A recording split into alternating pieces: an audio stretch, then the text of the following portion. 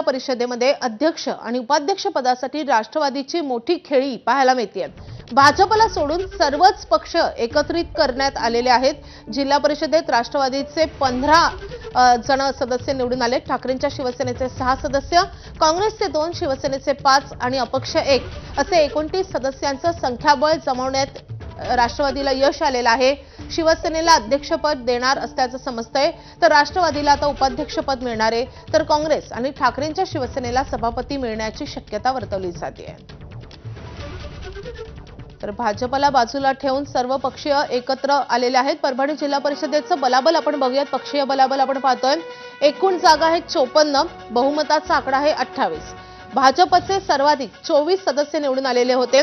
त्याखालोखाल राष्ट्रवादीचे 15, ठाकरेंच्या शिवसेनेचे 6, शिवसेनेचे 5, काँग्रेसचे 3 आणि अपक्ष 1।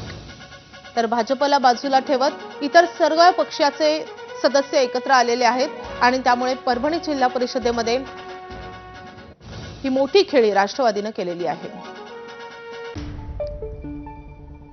आपले प्रतिनिधी पंकज क्षीरसागर सध्या आपल्या सोबत आहेत। पंकज, राष्ट्रवादीने ही किमया नेमकी केली तरी कशी? भाजपला बाजूला सारण्यासाठी सर्व पक्ष एकत्र कसे आलेत? माधवी, आपण जर बघितलं तर राजकारणामध्ये कुठली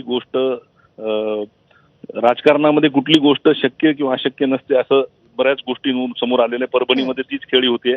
परभणी जिल्हा परिषदेमध्ये 54 जागांपैकी 24 जागा ज्या आहेत त्या भाजपच्या आलेल्या आहेत आणि ज्या दिवशी हे निकाल लागला त्या दिवशी पालकमंत्री मेघना बोर्डीकर यांनी स्पष्ट केलं होतं की आम्हाला 4च जागा पाहिजेत आणि 5 सदस्य निवडून आलेल्या एकनाथ शिंदे यांच्या शिवसेनेसोबत आम्ही अध्यक्ष आणि उपाध्यक्षपद सत्तेमध्ये जाणार आणि राष्ट्रवादीला बाजूला ठेवणार। हे जे काही आहे ते जिवारी लागलं होतं राष्ट्रवादीच्या नेत्यांनी या सर्व पक्षांना एकत्र करत थेट एकनाथ शिंदे यांच्या शिवसेनेचे जे 5 सदस्य आलेले आहेत त्यांना अध्यक्षपदाची ऑफर दिली। एकनाथ शिंदे यांच्याकडे राष्ट्रवादीच्या नेत्यांसह इतर नेत्यांच्या बैठका पार पडल्या आणि त्यामध्ये हे ठरलं आता कालपासून जवळपास 24 सदस्य, ज्यामध्ये राष्ट्रवादीचे 15 सदस्य आहेत, उबाटाचे 5 सदस्य आहेत, त्याचबरोबर काँग्रेसचे 2 सदस्य आणि एक अपक्ष, असे जे 29 सदस्य 24 सदस्य जे आहेत ते ठाण्याच्या हॉटेलमध्ये थांबलेले आहेत।